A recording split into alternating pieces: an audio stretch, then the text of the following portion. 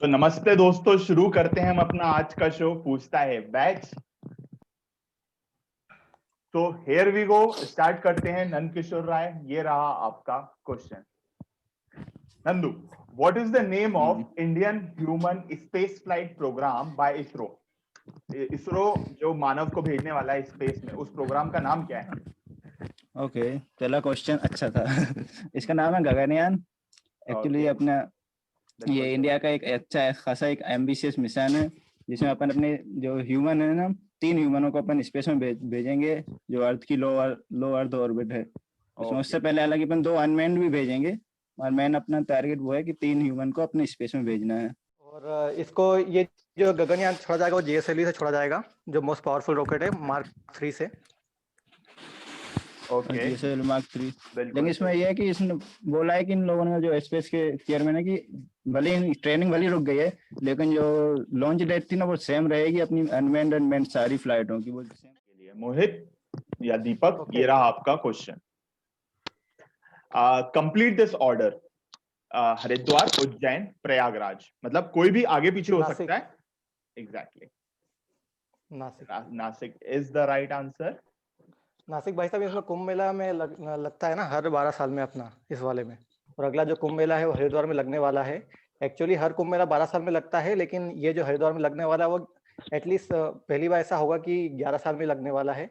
और इसमें ऐसा किया गया है कि कोविड-19 में भी उसको चालू रखा जाए।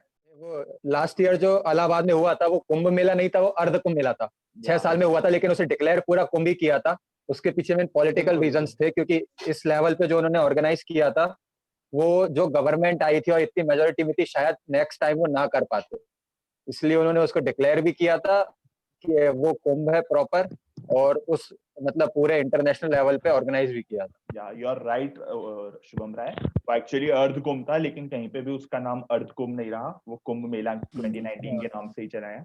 या I have given this point. अच्छा, उस एक पे अपने पॉइंट जीएसआईटीएस से एक बंदा अकेला भी गया था, बिल्कुल घूम के भी आया था वो। कट जाएगा। हाँ, पॉइंट ये है कि ये अर्थ की लार्जेस्ट गैदरिंग है। इतने सारे मतलब इतने सारे पीपल्स एक साथ यहीं इकट्ठे होते हैं, और उसका वर्ल्ड जीनियस रिकॉर्ड भी बन चुका है। तो ये 2 पॉइंट मैं ऐड करना। तो सिंहस्थ हुआ था ना, तो उसमें शिप्रा नदी का पानी इतना कम था, तो उसको उसके लिए एक परियोजना बनाई थी, जिसमें वो नर्मदा और शिप्रा को कनेक्ट किया गया था। तो ट्यूबलाइन तो दैट की प्रॉब्लम ना है कि उसके लिए नहाने में। बिल्कुल सही बात है। नेक्स्ट क्वेश्चन रहेगा पीयूष के लिए। पीयूष, ये रहा आपका क्वेश्चन।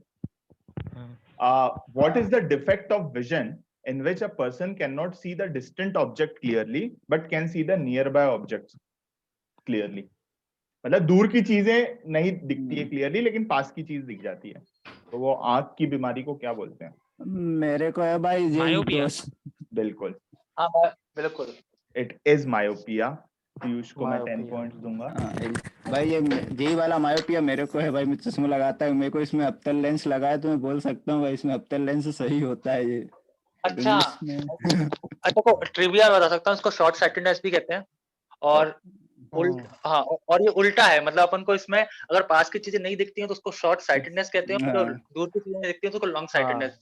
उसके लिए वर्ड क्या है? वो ऐसा मतलब मायोपिया को ही दूसरा तरीके से शॉर्ट साइटेडनेस कहते हैं ना। और इसमें क्या है कि ना अपन हाइपरमेट्रोपिया। हाँ हाँ, वो लॉन्ग साइटेडनेस का हाइपरमेट्रोपिया। और इसमें इसमें अपन कॉनकेव हाँ, लेंस का यूज करते हैं करेक्ट कॉनकेव करने के लिए इस डिफेक्ट को। उसके मतलब बाद जनरल- हाइपरमेट्रोपिया में कॉन्वेक्स लेंस यूज करते हैं, और जिसको दोनों बीमारी होती है उसको प्रेस बायो भी आप बोलते हैं। उसमें कॉम्बिनेशन लगता है कॉन्वेक्स और कॉनकेव लेंस का।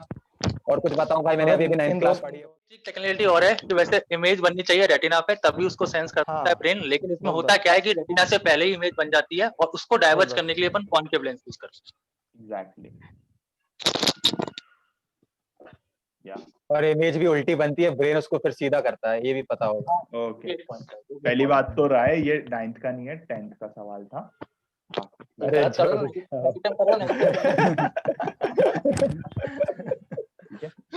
ओके, इस क्वेश्चन का आंसर पीयूष ने दिया था। नेक्स्ट क्वेश्चन रहेगा शुभम के लिए। शुभम राय, ये रहा आपका question. In Marvel Cinematic Universe, what is Captain America shield made up of?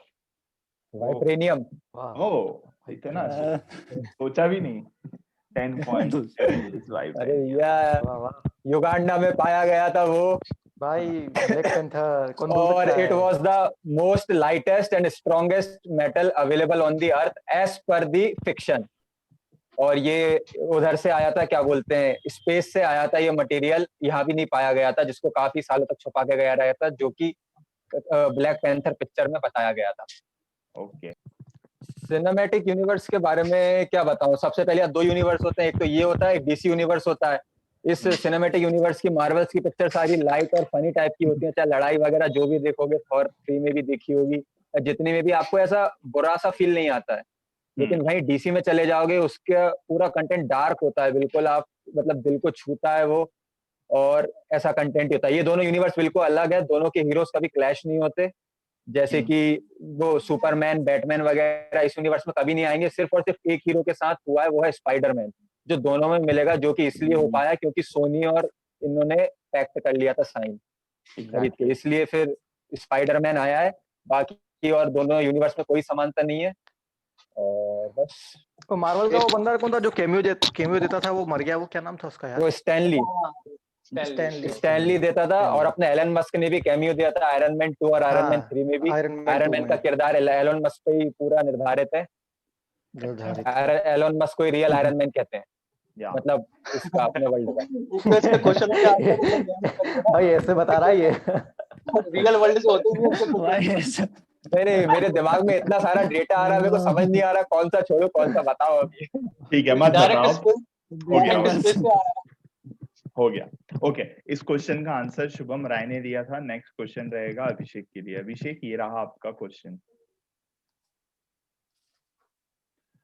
Which medium range ramjet supersonic cruise missile is jointly built by NPO, Mashinsotroyenie and DRDO? Okay, NPO ये जो है वो रशिया की agency है, Russian agency है। तो Russian agency और DRDO ने मिलके कौन सी सुपरसोनिक क्रूज मिसाइल बनाई है? Medium range ramjet supersonic cruise missile. अभी लेटेस्ट की क्वेश्चन है ये, मतलब करंट अफेयर का है कि पुराना है ये? मतलब काफी समय से बना रहे हैं, काफी समय पहले बन भी चुकी है। अच्छा, तो फिर हाँ, तो सुपरसोनिक है ना, तो फिर ब्रह्मोस है इसका answer. Okay, it is BrahMos. It is BrahMos, बिल्कुल सही। कमाल की बात यह है, उपाध्याय तो सोचना नहीं था, रशिया ने शायद यही बनाई है अपने साथ सबसे पहले, अपन दोनों ने जिससे मिलकर काम किया। प्रोजेक्ट चल रहे हैं अभी भी, तो नहीं, वो सब क्या है, उन बाकी मिसाइल्स में ना अपनी टेक्नोलॉजी नहीं थी, वो इंडिजीनियस, वो उन्हीं की थी जिसपे अपन काम कर रहे थे। लेकिन ब्रह्मोस अकेली ऐसी मिसाइल थी जिसमें मेन कंटेंट अपना था, एपीजे अब्दुल कलाम का पूरा ब्रेन चाइल्ड था, और उसमें रशिया ने हेल्प, मतलब उसका मेन भी था। ऐसा नहीं है, नहीं, actually BrahMos one of the missile है जैसे लैंड और एयर और अपने क्या बोलते हैं वाटर से भी लॉन्च की गई है। लेटेस्ट वाला भी हुआ था लास्ट में, और इसकी रेंज पहले 300 किलोमीटर थी, अब 700 किलोमीटर हो गई है। पहले सबसोनिक थी और सुपरसोनिक में भी हो गई है। हाँ उपाध्याय, अच्छा, राय की बात का जवाब दे दो। राय की क्वेश्चन। हाँ ठीक है, देखो वैसे तो है ना, देखो ब्रह्मोस का जो आईडिया, मतलब मेनली पार्ट तो है ना अपने एपीजे अब्दुल कलाम का सपना था ये मिसाइल में, मतलब पूरी टेक्नोलॉजी का, लेकिन जितना रोल इंडिया का था उतना ही रशिया का भी था। अच्छा, मैं भी एक बात बता दूं कि रशिया पे इसके जैसी मिसाइल एक और थी, और वो ब्रह्मोस सबसे फास्ट होने के बाद भी वो यूज नहीं करता है, वो खुद की मिसाइल यूज करता है सुपरसोनिक, जो कि मेरे को उसका नाम याद नहीं आ रहा। दूसरी बात, ब्रह्मोस जो है वो 2 रिवर से ली गई है, एक ब्रह्मपुत्र जो इंडिया की है, और एक मॉस मतलब नाम से एक रशिया की भी रिवर है, मेरे को याद नहीं आ रहा उसका क्या नाम है। मोजेस, वहां से ली गई है। और अच्छा, और है ना अपन ये इसलिए बना पाए, देखो चाइना इतनी जो रेंज है ना, अपन इसलिए बना सकते हैं क्योंकि अपन एमटीसीआर के मेंबर है। एक एमटीसीआर एक ऐसी अलायंस है जहाँ पे 500 किलोमीटर की रेंज से ज्यादा की अगर अपन को मिसाइल्स बनानी है, 500 है ना, कुछ 400 या 500 है, 390 किलोमीटर। 300। नहीं, ऐसा था असल में, उन्होंने वो सेट कर दिया था रेंज, तो अपन ने उससे पहले ज्यादा लोड नहीं लिया था, 300 से कम की बना ली थी। लेकिन जब अपन इसके मेंबर बन गए थे तो अपन ने उसी की रेंज इंक्रीज कर दी थी। हाँ, उसी की मेंबर बन गए थे तो। और न्यूक्लियर वॉरहेड वगैरह भी लगा दिए थे उनपे। अच्छा ऐसा सुनने में भी आया था, मतलब वो ये technology। न्यूज नहीं है, अपन पहले ही बना चुके थे, लेकिन जब एमटीसीआर के मेंबर अपन बने उसके बाद अपने डिस्कस किया कि हम पे 300 से ज्यादा, मतलब रेंज मेरे को फिक्स नहीं है, लेकिन इससे ज्यादा हम पे पहले से हाँ, ही नहीं, बनी हुई एक्चुअली है। इसका एक स्ट्रेटेजिक इशू भी ये था सही कि बात है। एमटीसीआर में चाइना मेंबर नहीं है और अपन मेंबर है इसके अंदर। सबसे अच्छी बात तो ये हाँ है, वही तो मैंने अपन बोला वो ना कि काउंटर चाइना कर सकते हैं। हाँ हाँ, उसमें अपन काउंटर कर सकते हैं एनएसजी वाले में, क्योंकि एनएसजी में चाइना मेंबर अपन नहीं है वहाँ पे, तो अपन दोनों को बैलेंस करने के लिए अपने वहाँ पे वो चीज में। हाँ।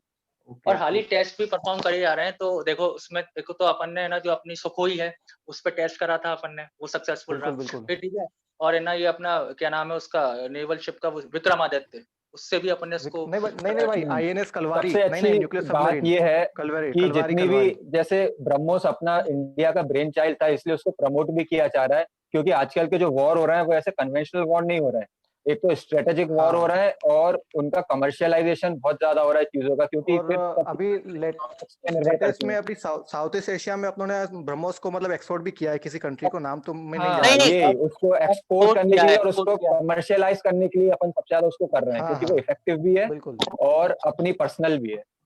अच्छा हाँ, पर्सनल भी देखो है। रशिया से और मिलके ये अपन ने बनाई, रशिया से मिलके अपन ने बनाई है, लेकिन रशिया को कोई ऑब्जेक्शन नहीं है, अपन किसी को भी दे सकते हैं, वो अपनी ऊपर है कि किसको देना है, ये भी एक इम्पोर्टेंट पॉइंट। हाँ, ये चलो बहुत पॉइंट बढ़ जी। गए तुम लोगों के, अब सुनो आगे चलो।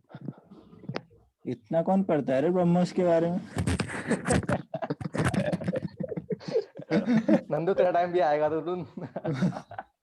ठीक है, इस क्वेश्चन का आंसर अभिषेक ने दिया था, तो नेक्स्ट क्वेश्चन रहेगा नंद किशोर राय के लिए। नंदू, ये रहा आपका question. Okay, which company ons all these products? ये सारी कंपनी के मालिक एक ही। तरीके अरे बाप रे बाप। अच्छा, जो जो भी है ना, तुम सोचो कि कितने उसने बेवकूफ काटा हुआ है। सनसिल्क भी उसका है, क्लिनिक प्लस भी उसका है, पेप्सोडेंट भी उसका है, हाँ, क्लोजअप भी उसका है, फेयर एंड लवली भी उसका है, लक्मे भी उसका है, पॉन्ड्स भी उसका है। तुक्का लगा सकता हूँ थोड़ा सा, क्योंकि जो लक्ष्मा के लगा। इन सब में मैंने कहीं देखा है। यूनिलीवर तो नहीं? बिल्कुल सही है। सही है, हिंदुस्तान यूनिलीवर ही है इसका आंसर। Right, yes. यार मेरे को लगा पास हो जाएगा यार। तो भाई अरे मेरे को दो आगे दो चार तीन ही पांच कंपनी वीडियो आती है मैंने बड़ी बड़ी इससे एक तो रिलायंस वाली और एक दो बस ऐसी, अच्छा, सिर्फ और यही इसके प्रोडक्ट्स बारे में नहीं मेरे है, को कुछ नहीं पता। कोई बात नहीं, यही प्रोडक्ट्स नहीं है इसके, और भी बहुत सारे प्रोडक्ट्स हैं इसके। ये तो बहुत उसके बस नाम में हिंदुस्तान लिखा है, लेकिन है वो हिंदुस्तानी नहीं। एग्जैक्टली। फॉरेन की कंपनी वो शायद ये यूरोप की कंपनी है ना। इस क्वेश्चन का आंसर नंद किशोर राय ने दिया था, तो नेक्स्ट क्वेश्चन रहेगा अरे मोहित कारपेंटर के लिए। मोहित, ये रहा question. Okay, done. Identify this personality in picture. भाई अरुण जेटली लग रहा है जैसा यार कुछ। Okay, it is Arun Jaitley, it is Arun Jaitley. 10 points to Mohit Carpenter. हाँ, नहीं भाई, सबसे शानदार वाला काम तो इसने ही किया कि जीएसटी लागू किया इस बंदे ने, मतलब इसके अंडर में सबसे इसका माना जा सकता है कि ये राम जेठमलानी जो अपने जो गुजर गए हैं, इनका दोनों कंपटीशन चला था आखिरी में, बड़ा अच्छा वाला। इनके वो कुछ डिफेमेशन नहीं, में वो पागल है, राम जेठमलानी का लेवल ही अलग था वकील में, ये पॉलिटिक्स वो भाई में। साहब नहीं, उनका था नहीं, ये तो मान सकता है आखिरी में उनका हुआ था, ये दोनों एक दूसरे के अगेंस्ट में डिफेमेशन वाले केस में, हाँ, वो क्रिमिनल लॉयर है जबकि दिल्ली केजरीवाल वाले केस में। हाँ, तो वो तो केस में लड़े ना, ना कि एज अ वकील। अरुण जेटली राम जेठमलानी के कहीं पास तक नहीं थे, हालांकि as a politician Arun Jaitley का लेवल बहुत सही था। एक अहमद Okay. पटेल जो अभी गुजर गए, और एक ये अरुण जेटली, इससे पहले प्रमोद महाजन, बहुत कल्ट पॉलिटिशियन होते हैं जो कभी कभार ही आते हैं। इनके ऑनर में भी फिरोज शाह कोटला स्टेडियम को अरुण जेटली स्टेडियम नाम रख दिया गया था, बिल्कुल बिल्कुल। कि वो रजत शर्मा भी ये कहते थे कि he was the moral police, जो बाकी सबको कंट्रोल में रखते थे कॉलेज डेज में। वो सारे एक ही बैच के लड़के थे, ये सब रजत शर्मा, ये नहीं, अरुण रजत जेटली। शर्मा, रजत शर्मा जूनियर थे इनके, हाँ, जूनियर थे, मतलब और एक ही कॉलेज के थे। एक ही टाइम पे थे कॉलेज में। हाँ, टाइम पे, और घर के आए थे फिर। ओके ओके, इस क्वेश्चन का आंसर मोहित कारपेंटर ने दिया था, तो नेक्स्ट क्वेश्चन रहेगा पीयूष राजपूत के लिए। तो पीयूष, ये रहा आपका question. These are the names of abbreviations of a technology. So these technology are of what? कहाँ पे यूज होती हैं? ये NP, AT, AMT, DCT, CVT. ये व्हीकल में यूज होती है, ट्रांसमिशन के लिए होती है। Exactly. These व्हीकल में are हाँ, व्हीकल में ट्रांसमिशन के लिए होती है। गियर बॉक्स मतलब क्या है टेक्नोलॉजी है क्या है आजकल। ये? लेटेस्ट डीसीटी चल रहा है आजकल, लेटेस्ट है। और सीबीटी भी काफी बढ़िया है। इसमें ये ऑटोमेटिक ट्रांसमिशन है, एमटी मैनुअल ट्रांसमिशन है। क्या होता है ये? ये जो अपनी जनरल बाइक रहती है, ये जो जैसे 2 व्हीलर बाइक, उसमें यही रहते हैं, मतलब 4 गियर बॉक्स रहते हैं। मतलब गियर बॉक्स तो एक ही रहता है, लेकिन इसमें ट्रांसमिशन जो रेशियो, मतलब ट्रांसमिशन रिडक्शन रहते हैं, वो 4 रहते हैं। तो मैनुअल ट्रांसमिशन में यही रहता है। और 4 व्हीलर में भी तो automatic 4 व्हीलर में भी तो यही रहता है जो मैनुअल हाँ, वाली। नहीं 4 व्हीलर में भी एमटी रहता है, लेकिन वो पहले यूज करते थे। आजकल तो मतलब जो लेटेस्ट टेक्नोलॉजी जो चल रही है 4 व्हीलर में, वो बाकी सीबीटी या फिर आज की डेट में भी जो मैनुअल गाड़ियां आती हैं हाँ, वो उसमें हाँ, एमटी ही रहता है ना?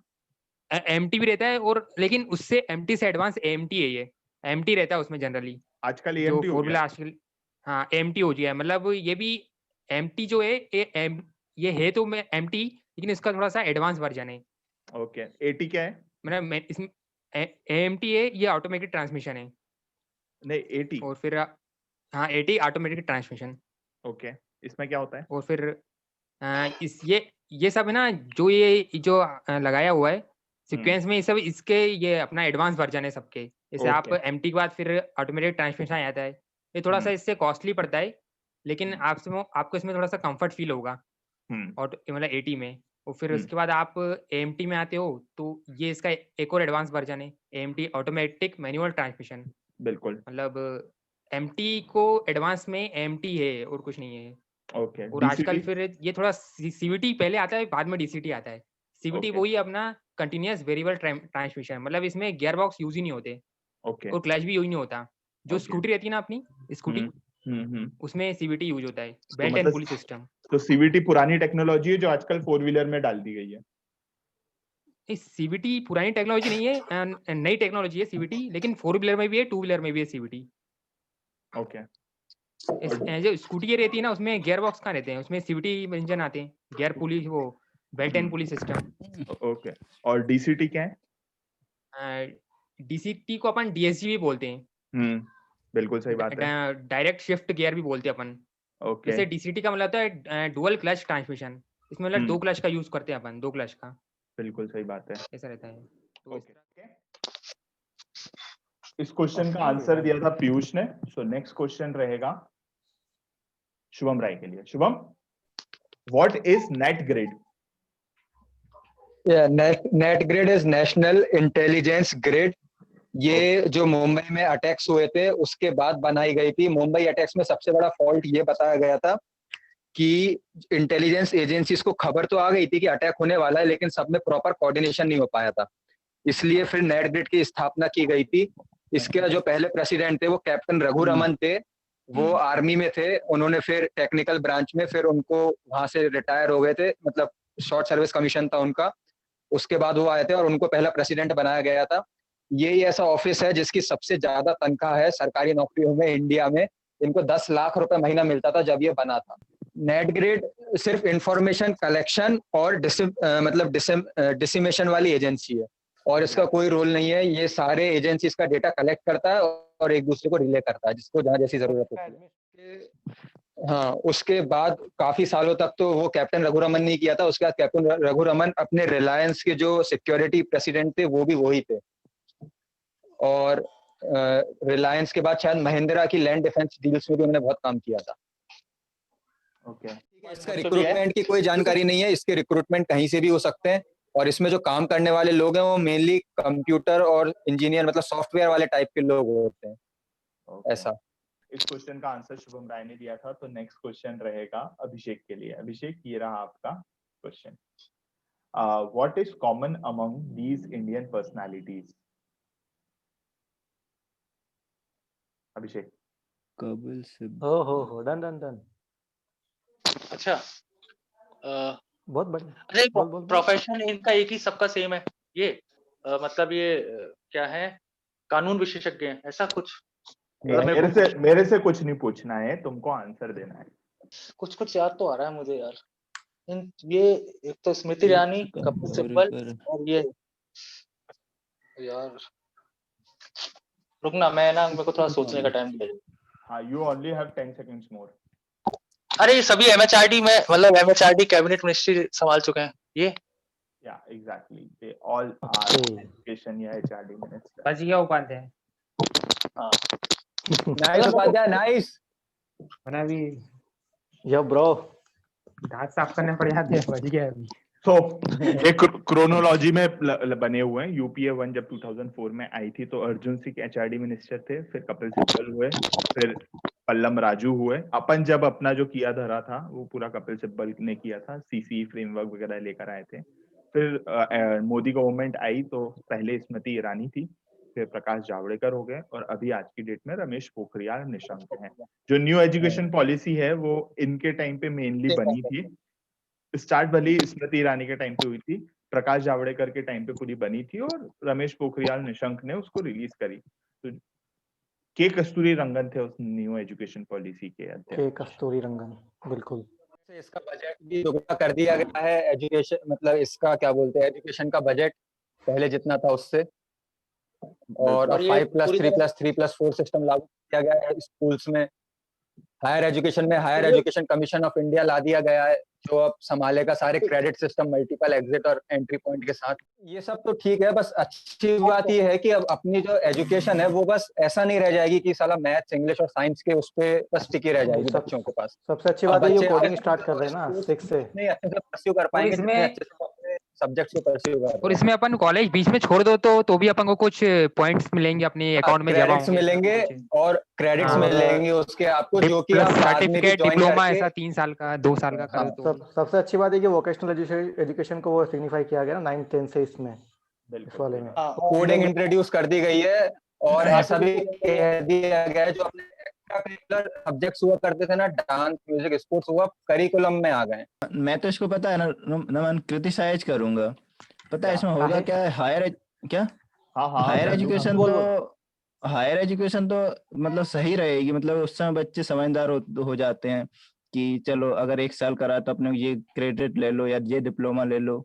लेकिन जो अभी भी जो मतलब प्राइमरी एजुकेशन रहेगी उसमें बहुत ज्यादा दिक्कत आएगी, क्योंकि अब ये वोकेशनल देंगे, मान लो वोकेशन देंगे तो टीचर कहाँ है इन लोगों के पास वोकेशन के लिए? भाई जो मेन जो हिंदी इंग्लिश पढ़ाते हैं उनके लिए टीचर नहीं है। और दूसरी चीज मैं बोलना चाह रहा था इसमें कि जो इंग्लिश वाली प्रॉब्लम है, अभी क्या बोल दिया गया है इनको कि मतलब अपने मदर टंग को प्रमोट करो। इसमें भी ये मेन फोकस था कि मदर टंग को प्रमोट करो, लेकिन जब बच्चा 9वीं या 10वीं में पहुंचता है ना तो वो हमेशा यही सोचता है काश मैंने बचपन से इंग्लिश पढ़ी होती या कुछ और लैंग्वेज पढ़ी होती।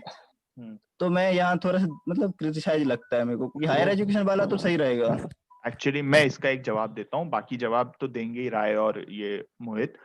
बच्चा फिर ऐसा सोचता है क्यों कि काश मैंने इंग्लिश पढ़ ली होती। वो डिस्कोर्स हमने बना के रखा हुआ है ना, हमने वो डिस्कोर्स रेडी करके रखा है, उस डिस्कोर्स को बदलने के लिए तो हमें ये करना है। हाँ, तो मैं इसमें वो कहना चाहता हूँ, जो नंदू का जो पहला पॉइंट था कि इंग्लिश वाला सोचते हैं, वो ऐसा सोचते हैं, इसलिए सोचते हैं क्योंकि जब अपन कॉलेजेस में जाते हैं ना तो वहाँ पे सब इंग्लिश होता है, जैसे IITs हुआ या बड़े बड़े कॉलेजेस में। तो उसके लिए भी अभी एजुकेशन मिनिस्टर ने बोल दिया है कि जो कोर्सेज रहेंगे ना अवेलेबल NPTEL इन पे, वो भी हिंदी और नेटिव लैंग्वेजेस में अवेलेबल कराए जाएं। तो इसके लिए भी प्रमोट किया जा रहा है काफी ज्यादा कि इंग्लिश लैंग्वेज कोई बैरियर ना रहे नॉलेज के बीच में। और जो वोकेशनल ट्रेनिंग की बात है वो सिर्फ टीचर्स या स्कूल में लिमिटेड नहीं है, वो ऐसा है कि जो अपनी कंपनीज है ना उनसे भी शायद टाई अप्स कर सके और बच्चों को इंटर्नशिप के लिए प्रमोट करे कि वो वहां जाके भी सीख सकें चीजें। तो इसको ऐसा ना लेना कि अपने से स्कूल या इंफ्रास्ट्रक्चर ना सिखा पाए। और ये हायर एजुकेशन वाली बात का मेन पर्पस ये जो अभी कारपेंटर कह रहा था इंटरनेशनलाइजेशन वाले का, उससे स्कूल का इंफ्रास्ट्रक्चर तो ठीक है, एक पॉइंट है, लेकिन उसका मेन पर्पस ये है कि बाहर से जो बच्चे आते हैं ना वो जब एक दूसरे से मिलेंगे तो एक दूसरे से जो आइडियाज और अपने वहाँ की टेक्नोलॉजी और ये सब चीजें शेयर करेंगे ना, तो बच्चों का जो रुझान बढ़ेगा वो एंटरप्रेन्योरशिप बढ़ाने की ओर ज्यादा है। क्योंकि कोई भी रेवोल्यूशन अब जो ला सकते हैं वो एंटरप्रेन्योर्स ही ला सकते हैं टेक्नोलॉजी के माध्यम से। तो जब स्टूडेंट्स ही कर सकते हैं, वो बड़े नहीं कर पाएंगे, बच्चे नहीं कर पाएंगे, अपनी जनरेशन ही कर पाएगी। तो ये उसका एक बहुत बड़ा पॉइंट है। नंदू यार इसी मैं तो कुछ बोलना चाह रहा था, मतलब ये बोल रहे थे तो मैं पीछे टोका नहीं। देखो लैंग्वेज बैरियर कोई तो खत्म करना है, मतलब जो तेरा है ना कि लैंग्वेज बैरियर आगे जाके बन जाएगा, एक्चुअल में क्या है कि जो क्योंकि मैं जो मतलब देखता हूँ मतलब हाँ, वो समझ ही गए, वो सही बात है। रीजनल जगह है तो वहाँ पे क्या होता है कि अगर अपन वो उनको उसी तरीके से समझाया जाए, उन्हीं की लैंग्वेज में समझाया जाए। तो इम्पोर्टेंट इज सब्जेक्ट लर्न करना है ना, वो नहीं है। अब वो तो तुम्हारा डिस्कोर्स, वो जो चीज प्रॉब्लम तूने बताई है ना, वो तो अपन ने सेट करी है, वो अपना परसेप्शन है, लेकिन एक्चुअल में प्रॉब्लम ये नहीं है वो। सबसे मतलब उपाध्याय जो तू बात कर रहा है लैंग्वेज वाली, वो अच्छी बात है, लेकिन इसका सबसे ज्यादा नेगेटिव इफेक्ट जो जा रहा है ना, वो साउथ वाले स्टेट जो है ना, जैसे केरला हो गए, कर्नाटक हो गए, यहाँ पे सबसे ज्यादा रेजिस्टेंस मिल रहा है, क्योंकि हिंदी वहाँ पे इम्पोज की जा रही है। जैसे नहीं, अमित शाह ने बोला किसने था कहा कि नहीं की जा रही है? नहीं की जा रही है। नहीं इम्पोज नहीं, नहीं, गलत इस है। बात से तो ना। मैं बता रहा हूँ वो क्या रेजिस्टेंस है। एक तो वो most of the thing politics है, और साउथ से नहीं आ रहा है, सिर्फ तमिलनाडु से आ रहा है। 3 लैंग्वेज फॉर्मूला है। वो 3 लैंग्वेज फॉर्मूला ये बोलता है कि भाई एक तो आपको लोकल मदर टंग लैंग्वेज पढ़ानी है, एक आपको इंटरनेशनल लैंग्वेज पढ़ानी है, और एक आपको कोई भी दूसरी इंडियन लैंग्वेज पढ़ानी है जो आपकी नेटिव ना हो। तो वो ये तो नहीं बोल रहे हैं कि हिंदी पढ़ाओ भाई, तमिल वाला तेलुगु पढ़ ले, कन्नड़ पढ़ ले, मराठी पढ़ ले, गुजराती पढ़ ले। और ये 30 साल से 30-34 साल से पेंडिंग था, मतलब कीजिए, मतलब इसके मतलब 30-34 साल के बाद ही मेजर पॉलिसी रिफॉर्म आया, क्योंकि ना मतलब फॉरेन 1986 के बाद। चलो देखते हैं। नमन बेस्ट है पूछ 2 बनाना, तो 5 साल बाद फिर अपन इसका एनालिसिस एक बार फिर करेंगे। बिल्कुल, तब तक नहीं, तुम ये देखना, सबसे अच्छी बात, अपने आसपास जो मैकेनिक्स की दुकान पे होते हैं, जहाँ अपनी एज के बच्चे रहते हैं, उनको ना इंजीनियरिंग से अपने से ज्यादा नॉलेज होगी, लेकिन बस बात बिल्कुल। इतनी सी है कि उनके पास वो प्रॉपर इंग्लिश और वो एनरोलमेंट नहीं है यूनिवर्सिटीज का, जो उसको कैपिटलाइज नहीं कर पा रहे हैं। वरना अपन से पंचर जोड़ने को बोल दिया जाए, अपन उनसे अच्छा पंचर ना जोड़ पाए आज के अपन इंजीनियर होके भी। तो ये सबसे बड़ा पॉइंट है जो इससे एड्रेस होगा इशू। और यहाँ पे हमने आधी क्विज कंप्लीट कर ली है, और मैं एक बार यहाँ पे पॉइंट्स रिटरेट कर देता हूँ। Nand Kishore Rai is on 26 points, Mohit Carpenter on 36 points, Piyush Rajput on 29 points, Shubham Rai on 47 points and Abhishek Upadhyay on 38 points. ठीक है। पिछले क्वेश्चन का आंसर अभिषेक ने दिया था, तो इस क्वेश्चन का आंसर नंदू का है। नंदू, ओके देखता हूँ। Okay. Identify this event from post-independent Indian subcontinent history. 3 countries on stake, discrimination on the basis of language, Operation Searchlight, Razakar, Al-Badr and Al-Shams, Chakma refugees, Operation Jackpot, USS Enterprise, Lieutenant General A.A.K. Niazi. क्या बताना? अच्छा event बताना है, वो event क्या है? ये hint दी हुई है तुमको, जो हिंट समझ में आए। मैंने ये इतनी सारी उसके हिंट्स दे दी गई है, मतलब की पॉइंट्स, कीवर्ड्स दे दिए गए हैं उस इवेंट के। मैंने और भी ज्यादा कीवर्ड्स हैं, लेकिन मैंने ये वाले दिए हैं। देखो, discrimination of the basic language, operation searchlight, okay, Al Badr, Al Shams, चकमा। अच्छा, चकमा रेफ्यूजी, ये कब की बात है? 70 के दशक की बात है क्या यार? मुझे कुछ नहीं मालूम, तुमको तो इवेंट का नाम बताना है। हिंट के टाइम पूछोगे सब बता दूंगा, 5 पॉइंट कम कराकर।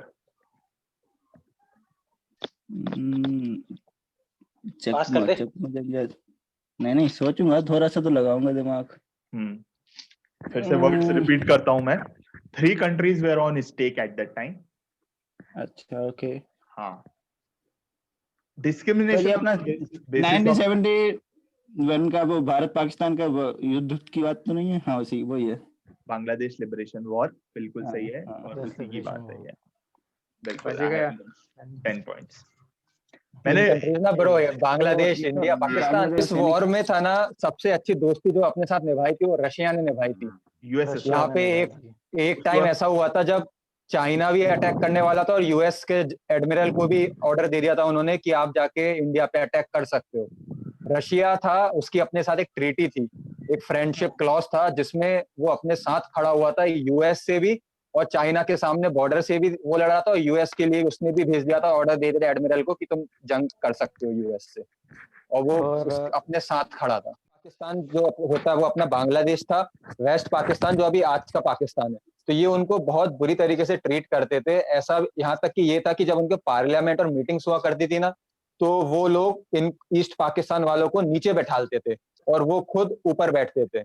ये पाकिस्तान वाले को अपने आप को सुपीरियर और इन सबको इंफीरियर ट्रीट करते थे बहुत ज्यादा। इनके साथ और- जीनोसाइड, रेप, मारपीट, लॉस में हर चीज में इनको दबा के रखा। तो शेख मुजीबुर रहमान का भी कुछ हुआ था क्या कि वो सबसे ज्यादा सीट जीते थे और उनको यूनाइटेड पाकिस्तान का प्रधानमंत्री बनना हाँ, था हाँ। लेकिन बनने नहीं दिया था, ऐसा कुछ हुआ था? कोई वो बताएगा? जेल में हाँ, डाल नहीं दिया था, दिया जेल था। में। हाँ, उनकी फैमिली को मार दिया गया था। फिर ये शेख शायद हसीना थी, यही थी ना शायद, ये इनकी पोती वोती या बेटी या कुछ थी। फिर वो बेटी। भाग के आई थी, फिर इंडिया ने शरण दी थी उसको, उसकी मतलब यहाँ पे वहाँ एजुकेशन पे अभी कराई जो थी। कंडीशन वहां से जीनोसाइड भाग के जब लोग इंडिया आने लगे और जब देखा कि करोड़ लाखों करोड़ लोग आ गए, तो इंदिरा गांधी ने देखा बहुत बुरी स्थिति है, तो उसने फिर already डिक्लेयर अपने कर दिया था शरण कि था। हम मदद करेंगे, मुक्ति वाहिनी की स्थापना करी। और इसी चक्कर में यूएस हमेशा पाकिस्तान का साइड लेता था, तो अपन को यूनाइटेड नेशन में एग्रेसर घोषित कर दिया गया था कि अपन ने दूसरे देश के टेरिटरी में घुस के उनके इंटरनल मामलों पे दखल दिया है। इसलिए फिर वो इंटरनेशनल अपने पे प्रेशर आने लगा था, और इसलिए रशिया फिर अपने साथ खड़ा भी हुआ था, और अपन फाइनली जीते थे वॉर, बांग्लादेश लिबरेट कराया। और और एक्चुअली आज अपने बांग्लादेश सबसे अच्छे संबंध हैं। अपनी जो बॉर्डर भी है वो भी अपन दोनों साथ साथ, कोई कॉन्फ्लिक्ट नहीं होता इंडिया बांग्लादेश की बॉर्डर पे, अपन साथ साथ पेट्रोल करते हैं दोनों। ये सबसे बड़ा एग्जांपल है ऑल ओवर द वर्ल्ड। मुझे एक बात समझ में नहीं आती है, कोई मुझे ये बात समझा सकता है कि यार मुझे अगर अपने अपने पास मौका था तो अपन बांग्लादेश को अपने हिसाब से या अपने अंडर में ही कर लेते, पूरा इंडिया का पार्ट बना सकते थे। एक तो ऑप्शन ये भी हो मतलब सकता था ना कि इसका बैकग्राउंड No, क्या no, चल रहा no. था। नहीं, अगर अपने चाहिए ही नहीं था अगर पाकिस्तान। अपन उसे अपने अंडर कर लेते तो पाकिस्तान और इंडिया में कोई अंतर नहीं रह जाता। अपन उसकी आजादी के लिए लड़े तो अपन एक हायल गोल के लिए लड़े, वरना तो फिर फिर वो ये अपने साथ लड़ता। पर वो ये, हाँ, फिर अपन नेपाल, भूटान, अपन आगे बाकी देशों को भी कितना अपन हॉस्टाइल कर लेते अपने प्रति कि ये तो बस हड़पते जा रहा है सारी टेरिटरी। वैसे ही अपने पे इल्जाम लगते हैं एशिया में। And more than that, Myanmar हुआ, नेपाल। मैं एक बात बताता हूँ मोहित तुम्हें। एक्चुअली जो बांग्लादेश लिबरेशन वॉर हुआ था वो 26 मार्च 1971 को स्टार्ट हुआ था और 16 दिसंबर 1971 को खत्म हुआ था। और इंडो पाकिस्तान वॉर ऑफ 1971 है वो 3 दिसंबर 1971 को चालू हुआ था और 16 दिसंबर 1971 को खत्म हुआ था। तो तुम ये सोचो कि उस बांग्लादेश में, जिसे हम प्रोविजनल गवर्नमेंट ऑफ बांग्लादेश थी उस वक्त, उसके बीच में और वेस्ट पाकिस्तान के बीच में लड़ाई 26 मार्च से स्टार्ट हो गई थी। क्यों 26 मार्च? क्योंकि उस दिन ऑपरेशन सर्चलाइट चालू हुआ था। अल बद्र, अल शम्स और रजाकार ने जेनोसाइड करना स्टार्ट कर दिया था। इंडिया एंटर होता है 3 दिसंबर को, तो हमारी लड़ाई नहीं थी वो एट दी फ्रंट, वो लड़ाई बांग्लादेश और पाकिस्तान की थी। इट्स जस्ट हमारा स्टेक आ रहा था तो हम लोग को वहां पे इंटरवीन करना पड़ा। एंड वी, जो कि हम बड़े भाई हैं, मतलब नॉट द बड़े भाई बट है अब छुपाना क्या है, सबको पता है। we being the responsible nation, हम चाहते हैं पीस रहे, और उस पीस को मेंटेन करने के लिए हमने वो किया। और देखो जब बांग्लादेश अलग हुआ तो पीस भी हो गई, है ना? That was the reason. सबसे बड़ी बात जो कहा जाता है वो ये कहा जाता है कि पाकिस्तान जिस नेशन की थ्योरी पे बना है उससे बोलते हैं टू स्टेट नेशन थ्योरी। मतलब वो कहता है कि एक से रिलीजन वालों को एक देश बना के रहना चाहिए, और अपन कहते हैं ऐसा कुछ भी नहीं है। और जब वो खुद लड़े तो बांग्लादेश वाले भी खुद इस्लामिक ही थे, पाकिस्तानी, और वो आपस में लड़के अलग हो गए। मेरे को एक और पता है इसमें, एक और। हाँ, इसमें ऐसा था कि जो शेम मानिक शॉ था ना, वो और अयूब खान दोनों एक ही बैच के थे। मतलब जो वो आर्मी में ट्रेनिंग होती है, उन दोनों का बैच एक ही था। उनका जो हेड था, तो मानिक शॉ ने बोला था ये मेरे लिए बहुत टफ है, क्योंकि वो मेरी सारी प्लानिंग जानता है कि मैं कैसे कैसे करने वाला हूँ। लेकिन उसके बाद भी इंडिया जीत गया था। अरे तो क्या कॉलेज में प्लानिंग कर ली थी क्या? नहीं, मतलब स्ट्रेटजी थोड़ा जानता था ना कि अयूब खान कैसे कैसे क्या, मतलब। आप सब अब मेरी एक सवाल का जवाब दो कि जब हमने 93,000 या 90,000 सैनिकों का आत्मसमर्पण करा लिया था और वो एज अ वॉर प्रिजनर हमारे देश में थे, हमारे पास थे, तब हमने उन 90,000 सैनिकों को लिवरेज बनाकर अपने पाकिस्तान के साथ डिस्प्यूट सॉल्व करने की कोशिश क्यों नहीं करी? मतलब कश्मीर का मुद्दा सॉल्व कर लेते।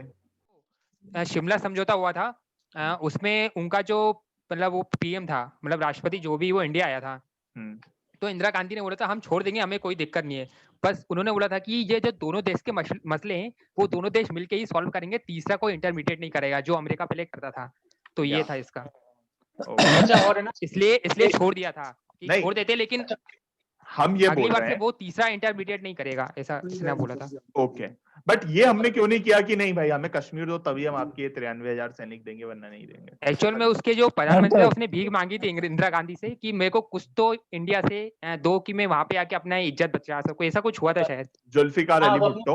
हाँ, जुल्फिकार अली भुट्टो, मैं पहली बार बना था, उसने बोला था कि कुछ तो मेरे को यहाँ से ले जाने दो कि मैं पाकिस्तान में अपनी इज्जत बचा सकूं। और उन्होंने वादा किया था कि आज के बाद मतलब कोई तीसरा आपके यहाँ पे मतलब दोनों आपस में मिल बांट के समझ लेंगे, कोई तीसरा उंगली नहीं करेगा, ऐसा था। लेकिन सिर्फ पाकिस्तान कहाँ मानता है ऐसा कुछ। हाँ नहीं, तो एग्जैक्ट रीजन अगर तुझे पता हो तो बता ही दे इसका, और क्या। बहुत सारे मौके थे, वो तो कुछ और ही होगा मतलब, क्योंकि अब बाहर ही जीत गए थे, फिर इसका क्या करते, पहले लेना चाहते तो पहले ले सकते थे, फिर बाहर ही जीत गए 99 71 65 इतनी सारी जीतनी, किसी भी बार में ले सकते थे, उसका कुछ और रीजन होगा। कब नहीं नहीं नहीं बाकी कोई वॉर हम इतने लेवरेज के साथ नहीं जीते जितना हम 1971 वाला जीते थे। इस कोई भी वॉर नहीं हुआ है भाई, 90,000 सैनिक अपने देश में बैठे हुए थे उनके। हाँ, अपना एक अभिनंदन वहां चले गया था और अपन ने क्या कोहराम मचा दिया था, है ना। उनके 90,000 बैठे हुए थे और अपन ने कुछ लेवरेज नहीं किया। तो ये जो रियलिस्ट फॉरेन पॉलिसी वाले लोग जो होते हैं वो यही बोलते हैं कि मतलब that was something idealism at the time अपनी फॉरेन पॉलिसी में। अगर रियलिज्म होता अपनी पॉलिसी में तो अपन वो वाला डिसीजन उसको लेवरेज कर पाते। तो वो यही है कि हमारे पास तब रियलिज्म नहीं था अपनी पॉलिसी में, अपॉर्चुनिस्ट नहीं रह पाए अपन, नहीं थे, वही इस टाइप की चीजें। Okay done. Okay next proceed. Okay, इस क्वेश्चन का आंसर दिया था नंदू ने, तो नेक्स्ट क्वेश्चन रहेगा मोहित के लिए। मोहित, ये रहा आपका क्वेश्चन। ओके मोहित, मैं एक गाना बजाऊंगा, आपको बताना है कि वो गाना कौन सी मूवी से है। प्रचंड बोल मस्तकों के झुंड, आज जंग की घड़ी की तुम गुहार दो। आन बान शान या की जान का हो दान, आज एक धनुष के बाण पे उतार दो। आरंभ है प्रचंड बोल मस्तकों के झुंड, आज जंग की घड़ी की तुम गुहार दो। आन बान शान या की जान का हो दान, आज एक धनुष के बाण पे उतार दो।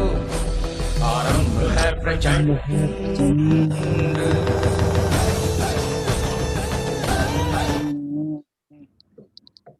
हाँ तो बताओ। हाँ, रक्तचरित का है भाई मूवी, देख। ये गलत आंसर है, ये पास होता है पीयूष के लिए। पीयूष पास कर दो यार, मेरे को भी नहीं पता। ओके ठीक है, शुभम। गुलाल। या इट इज गुलाल। अनुराग कश्यप। पीयूष मिश्रा जी ने लिखा है अरे बाप रे, अनुराग कश्यप। अनुराग बासु ने नहीं करी वे। अनुराग कश्यप नहीं गई है भाई। बिल्कुल सही बात है, अनुराग कश्यप की डायरेक्टेड मूवी है ये। कॉलेज स्टूडेंट्स के लिए बहुत ज्यादा एक वैसी मूवी रही है ये। ओके ओके, क्या कहें, शर्मा की मूवी थी फेवरेट बस। ठीक है।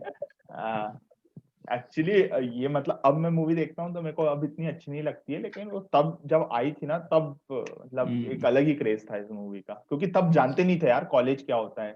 2009 में आई थी मूवी, मैंने अपने 10th स्टैंडर्ड में देखी थी ये मूवी, और तब मतलब ऐसा लगा था यार कॉलेज में ये होता है यार, ऐसे होती है, ये सब होता है, ये करते हैं, तो वही मेरे को बहुत सही लगा था। तो फाइनल ईयर में समझ में आया था, देखना पड़ेगा यार।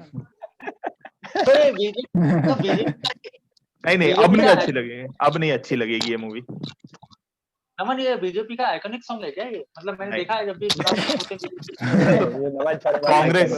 कांग्रेस भी यूज करती है, सब यूज करते हैं, सभी लोग यूज करते हैं। टी सीरीज के पास है, कोई भी लेबल खरीदना, कोई भी असल में यूथ का आइकॉनिक सॉन्ग था, यूथ को मोटिवेट करने के लिए। आदर्श, नमन शर्मा, वीर रस का गाना ना।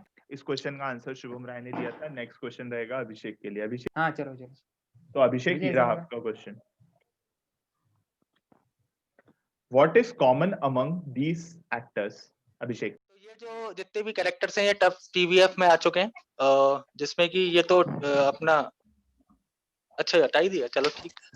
हाँ बोल, जिसमें ये नाम बता दे। नाम नहीं पता मुझे। ये पहला बंदा ट्रिपलिंग में, दूसरा बंदा ये पिक्चर्स में था, ये तो आपको जानते ही है, कोटा फैक्ट्री में भी था, और ये बंदा इसको देखा, अरे मादा इन चारों का जो करियर रहा है ना वो टीवीएफ से ही टर्न अराउंड हुआ है, जहाँ पे सबके आइकॉनिक सीरियल्स रहे, यहाँ पे इंडिविजुअल, यहाँ पे ये अपना पहला और चितवन जो था वो दोनों ट्रिपलिंग में आए थे, लेकिन ट्रिपलिंग से जो सबसे ज्यादा फेमस हुआ था वो चितवन ही था। और इसकी जो आइकॉनिक सीरीज थी वो परमानेंट रूममेट्स थी, मिक्की भैया नाम से। मिक्की भैया थे अपने, मिकेश। और बीच वाले दोनों की जो आइकॉनिक सीरीज थी वो टीवीएफ पिक्चर्स थी, जो अभी तक नहीं आ पाई है, उस पे जो केस लग जिसका गया है डाय- उसकी वजह से। वो अनुराग, क्या नाम था उसका, अनुराग था, अनुभव वशिष्ठ था, ऐसा कुछ था ना, एक फाउंडर था, उस पे एलिगेशंस लगे हैं थोड़े से, इस वजह से टीवीएफ सेकंड सीजन नहीं आ पाया है। अरुणव वो one of Kumar, the best series रही है, अरुणव कुमार। हाँ, ये रहा। मतलब मोर देन 9 IMDb रही है। हाँ, इसकी one of the best series all over the world है ये वेब सीरीज। इस क्वेश्चन का आंसर दिया था अभिषेक ने। नेक्स्ट क्वेश्चन रहेगा नंदू के लिए। नंदू, ये रहा आपका क्वेश्चन।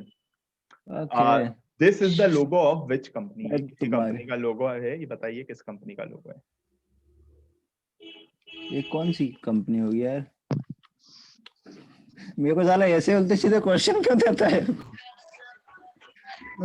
अब इसमें तो तुक्का भी नहीं लगा सकता। लगा ले, तुक्का लगा ले, क्या पता सही हो जाए। यार 15 सेकंड और दे मेरे को। 15 नहीं, 10 सेकंड और है। या तो पता है, नहीं पता है, तुक्का मारने में इतना क्या सोचना है। जो मुंह अरे पे आ रही है मैंने पहली देखा है, कंपनी। मेरे को नहीं, अरे मुझे कहीं देखा हुआ दिख रहा है, क्योंकि मैंने कभी देखा है ऐसे लोगों को, इसलिए देखा मेरे को होगा। याद नहीं आ ऑडियंस रहा फुल ले ले। जो पहली कंपनी का नाम आ रहा है मुंह पे बोल दे, क्या पता वही हो। पास करते हैं। मोहित, अरे तुक्का मारूं मैं? हाँ भाई। हाँ तुक्का मार। ये ट्रेंड्स आउटलेट का तो नहीं है? नहीं है, गलत है ये। पास पीयूष। क्या बोला इसने? रिलायंस रिलायंस या रिलायंस। ये बिल्कुल रिलायंस का है ये। ये रिलायंस का ऐसा करता है? अरे हार निकाल लिया यार। रिलायंस का है। अरे तुक्का मारना था। तो मैं वही बोल रहा था, तुक्का बोल तो भी रहा था मारेगा। यार, बोल रहा हूँ, तुक्का है। जो मुंह पे नाम आए बोल दे।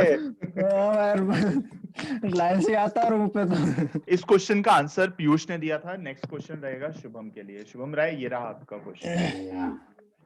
इन TV series Shaktimaan, what is the real life name of character Shaktimaan? अरे यार, गंगाधरी आता है शक्तिमान से तो यार याद, उसका तो नाम अरे है, बोल। मेरे को पता है यार। क्या दिमाग में चल रहा है राय, वो भी बोलना। अरे लाइट गई दिमाग क्या? में क्या चल रहा है, मेरे को सब पता है। अब भी सब चल रहा है यार। भीष्म पितामह का रोल किया था और उसने कपिल ने उसको नहीं बुलाया था, तो उसने इस पे इल्जाम भी लगाए थे काफी सारे। अर्णव गोस्वामी की शो पे गया था। नाम है यार, मेरे को पता है। हिंट नहीं। बोलने का नहीं। गाइस सामने देख, कोई नेट मेरे वेट नहीं, से- सामने देख। चलो हाँ भाई, दोनों हाथ इधर है यार। पास करें राय। नहीं, 10, इसका नाम है 9, 8, 7, 7, 6। रुको मम्मी को मुकेश। हाँ, आगे पूरा नाम मुकेश। बताना। ठीक है मुकेश, आगे। अरे यार, मुकेश का नाम नहीं आता यार, तुम लोग मत तो करो। पूरा नाम सही है। 4, मुकेश, 3, 3। अरे रुको। अरे यार 2। मुकेश चलता है यार, नाम है यार, सबको पता है। मुकेश मुकेश खन्ना। नहीं, मुकेश खन्ना। मुकेश खन्ना। हाँ, अरे यार ये खन्ना किसने बताया यार? ये नमन ने बताया। एवेंजर वाला है। देखा है भाई, मेरे बचपन में फेवरेट था यार, खुदा भी था मेरे आजकल वो। मॉडर्न वाले बंदों का करता है ना। शक्तिमान वो आके लास्ट में बोलता था ना, लास्ट में आके बोलता था ना कि कृपया ये स्टंट घर पे ट्राई ना करे, वो बच्चे से बच्चों के लिए ही बोलता था। चलो ठीक है। इस क्वेश्चन का आंसर दिया था शुभम राय ने। नेक्स्ट क्वेश्चन रहेगा अभिषेक उपाध्याय के लिए। अभिषेक, ये रहा question. In Indian epic Mahabharata, who was the father of Bhishma? Bhishma Pitamah के पापा का नाम क्या था? सोचने दे, मुझको सोचने दे। ठीक है, सोच ले।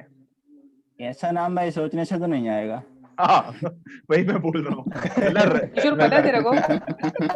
वो रिलायंस के लोगों में सोचना ठीक है, ये मुकेश खन्ना में ठीक है कि क्लिक नहीं हो मैं रही। अपने पास सही क्लिक तो करे। नंदकिशोर पता है तेरे को? हाँ भाई, मैंने महाभारत भाई तू देखा कर सकता है, अरे उपाध्याय यार। कर सकता है। मुझे लगा पास हो जाएगा। उपाध्याय पास करें? उपाध्याय अरे तू कर भीष्म सकता है। पितामह सोच सोच। प्रथम बोलते, प्रथम। पास करो यार। नहीं चलो नहीं ठीक है। हाँ, ये पास होता है। नंदू? तो भाई इनका नाम था किंग शांतनु। एग्जैक्ट। बहुत बढ़िया। शांतनु की उसी से चलता आ रहा है वाह महाभारत। यार, उसी के बाद- नंदू, वाह। ये मैंने पूरा फैमिली ट्री दे रखा है यहाँ पे। वाह क्या बात है। ओके। बहुत रिसर्च करी है नवन शर्मा। ये तो मैं कितना भी सोच लेता ना तो नहीं बता पाता। मैं बोल भी जा रहा था भाई, मत सोच। था तो नेक्स्ट क्वेश्चन रहेगा मोहित कारपेंटर के लिए। मोहित, ये रहा question. In banking and agriculture system in India, the word KCC is very common. What is the full form of KCC? फिर मैं बोलूंगा साला ये कैसे। रुक जाओ। मोहित के लिए क्वेश्चन है। मोहित, हाँ भाई, केसीसी का फुल भाई फॉर्म क्या है? किसान क्रेडिट कार्ड है। बिल्कुल सही बात है। इसका फुल किसान फॉर्म है क्रेडिट कार्ड। किसान क्रेडिट कार्ड। बात ये है कि जो किसान सेक्टर था उसका कंट्रीब्यूशन बहुत ज्यादा था अपनी इकोनॉमी में, लेकिन उनका फाइनेंशियल इंक्लूजन बिल्कुल नहीं था, जिसके कारण उनको ना वो प्रीमियम और इंश्योरेंस और इन सब में बहुत दिक्कतें आती थी। बिल्कुल। किसान क्रेडिट कार्ड ने उनकी समस्या बहुत हल कर दी है। अब उनके लिए इससे इंश्योरेंस भी आसानी से मिल जाता है, लोन भी आसानी से मिल जाता है, और रिकवरी और बेनिफिशियरीज का क्या बोलते हैं कि एनालिसिस भी अच्छे से जाता है। मतलब इसमें फर्जीवाड़ा की दिक्कतें भी कम हो जाती सिर्फ 3 क्वेश्चन और बचे हुए हैं। यहाँ पे आप परम्यूटेशन कॉम्बिनेशन देख लीजिए। तो नेक्स्ट क्वेश्चन रहेगा पीयूष के लिए। पीयूष, ये रहा आपका क्वेश्चन। हाँ तैयार हूँ। हाँ।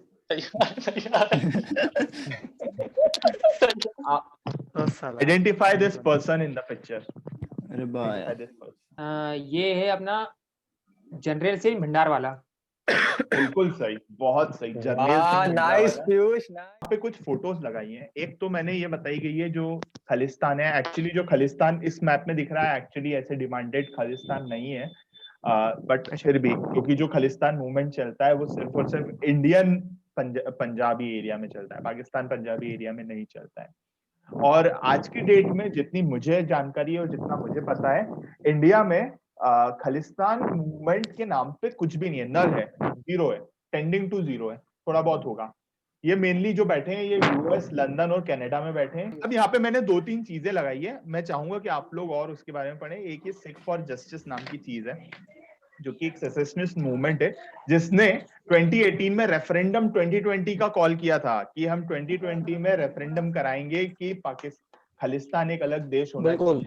आज के देश में पता नहीं उसका क्या हो रहा है, लेकिन इसका थोड़े बहुत लिंक्स आज की डेट में जो किसान आंदोलन चल रहा है दिल्ली और उसके आसपास के क्षेत्रों में, वहां पे कुछ निकाले जा रहे हैं। आई डोंट नो एग्जैक्टली क्या है। क्लियर कट है कि खालिस्तान मूवमेंट पाकिस्तान के द्वारा फ्यूल्ड है, क्योंकि जब भी हमने देखा है कि कश्मीर की बात उठाने वाले फॉरेन प्लेटफॉर्म्स पे और खालिस्तान की उठाने वाले एक तरह के लोग ही हैं, और हमें वो दिखे भी हैं। तो नेक्स्ट क्वेश्चन रहेगा शुभम राय के लिए। शुभम राय, हाँ ब्रो, ये रहा आपका क्वेश्चन।